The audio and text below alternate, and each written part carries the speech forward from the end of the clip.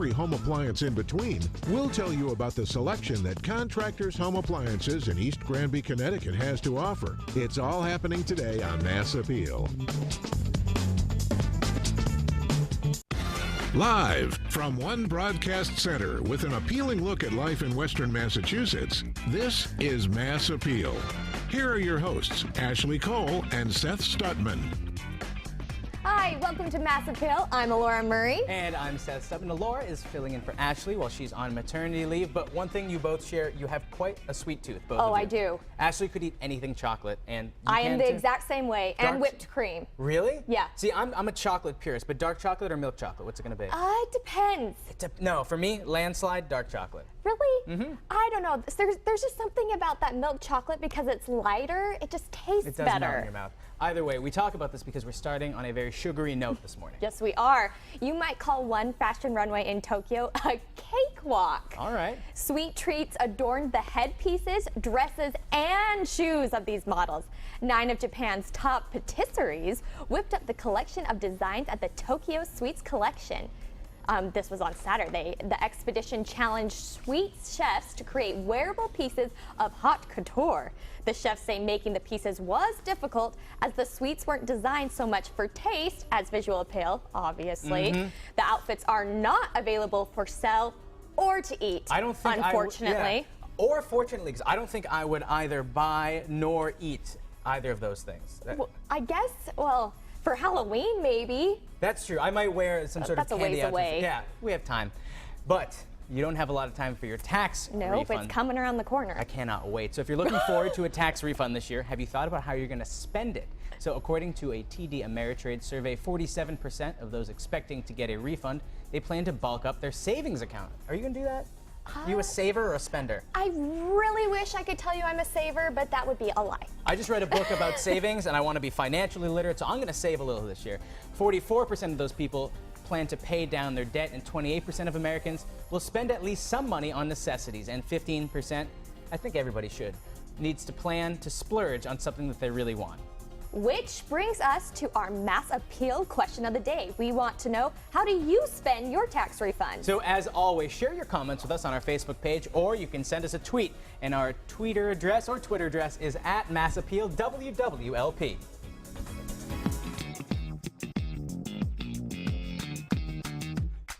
St. Patrick's Day is this weekend, and we are cooking up a favorite traditional Irish dish, corned beef and cabbage. And Chef Bill Collins is a personal chef, and he's here to show us how to make it in a slow cooker. Thank you. Good to see you. Yes, it's doing it in a slow cooker today, which is not how I usually do it.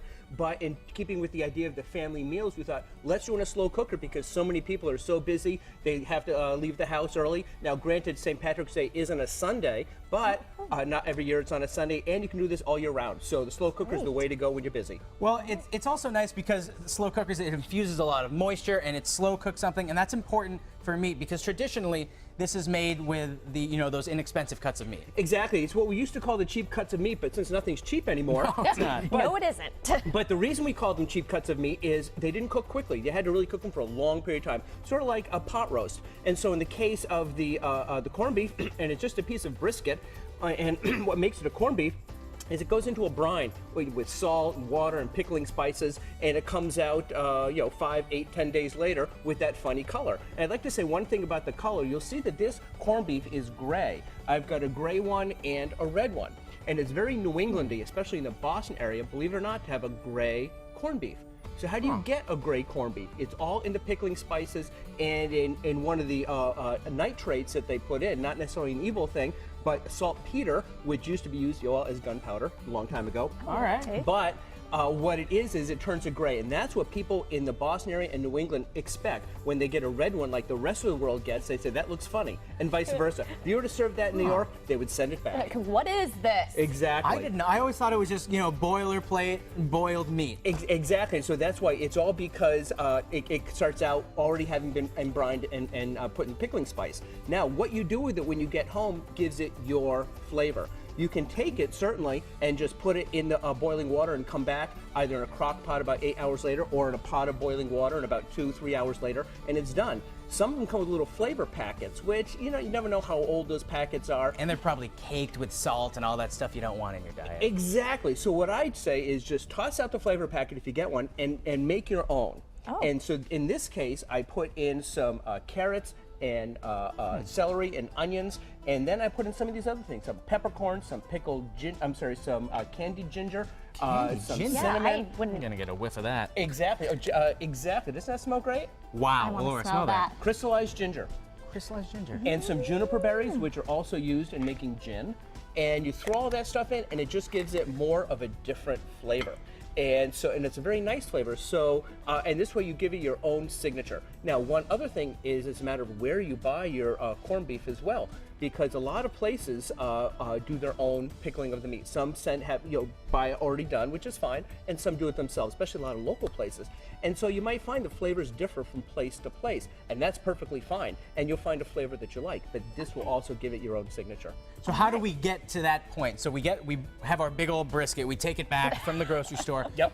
So we create the brine by using salt, sugar, water. What else do we put Well, in no, there? they've already brined. They've done that part Oh, for so you. you can't- I'm sorry. So when you go Oh. say to them, you say, I want a corned beef. Now you'll find just a plain piece of brisket, and it will never taste like this. It'll just taste like boiled meat. But they've done the brining for you. Oh, Okay. Now even you easier. can do it. They're all over the internet. You can do your own home brining. Oh, no, I like it easy. Oh, make it easy. And so this way, you take it home, you pat it off, you take off some of the might be some peppercorns or things lying on it. You take that off, you put it in the water in the slow cooker or in your pot, and Now I know you're not supposed to. Would you mind if I take the lid off? Yeah. Please do, because it's already completed, Yeah, and you'll let's- see we've got the corned beef in there. I've already cut it up into some pieces. So see how this one, it's a red one. Yeah, I was just gonna say that's red. That's a red one. And so in here you can see all these other things, the vegetables and some of the cooked off carrots and some of the onions and some of the celery. and that had been sitting in there for about 8 hours, so I had a lot of meat in there. So take us through the ingredients that are in here. What I put in there, water, Okay.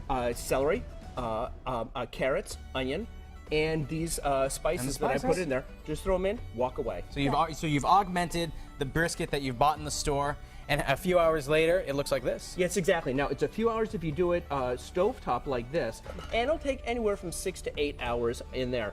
I would set it on a low heating for 8 hours. Here's why. It's not going to fall apart on you, especially if you have a lot. If you have more than 3 pounds, definitely go 8 hours in the slow cooker. And you don't want to jam it in there because it's going to be a big piece of meat. Feel free to cut it in half. It won't be a problem if you have two, and I did that, if you have two larger pieces of meat in there instead of one huge one, and it'll cook beautifully. But the beef is just half the battle. We have vegetables and potatoes, and we're going to deal with that a little bit later. Absolutely. So don't go anywhere. A little bit later, Bill is going to teach us how to cook our vegetables properly.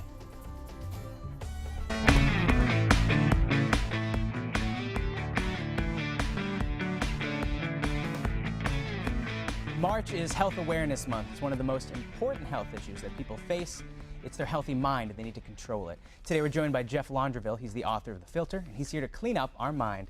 Thank you so much for joining us today. It's a pleasure to have you here. Good to see you, Seth. What is help? Why do people ask for it? Let's start it as basically as possible. You know, it's interesting. If you needed help and your arm hurt or your head hurt, you go see a doctor, your tooth hurt, you go see a dentist.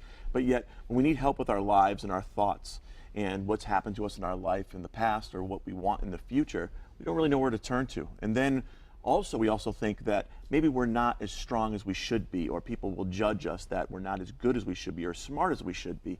So a lot of times people look at asking for help as weak when it's actually very courageous. I wonder why that is. I wonder if it's an American trait or it's just a personal trait. People will ask for help mowing their lawn. They'll ask for help building a fence, but they won't do it when they're hurt or when they need something emotionally. Right. I think they don't want people to come into their life and see that they're damaged in some sort of way. When it's, again, very courageous to ask for help. It is not weak. People think that people are going to judge them in a weak mode of, oh, you're not good enough, or you're not strong enough. That's why you're looking for help to actually, get your thoughts together. When really we all need help in different ways, and we just need to figure out who to turn to and how to get that help. And it's not always who to turn to, too. It can be what to turn to. So if we're not ready to talk to a person yet, we can read a book, or what are some Right. other things that people can Right. do? Ultimately, it's about taking responsibility of your thoughts, of your actions, and of your life. And that responsibility will then, of course, filter into different people in your life, friends, family, your children, and even strangers coming around you. Now, what that really means is, though, where do you turn to is very important. Some people feel they can talk to somebody. Some people have people in their lives they can talk to. Some people really don't want to talk to somebody. In that case, I say turn to books, turns to books that you can relate to, something that will help you. And then really think about it. After you read a page, you read a chapter, think about, now how does this apply to my life? How does this mean in my life? Just because these words are here, now I have to put them into, how do I live my life? Am I living it the way I want to live?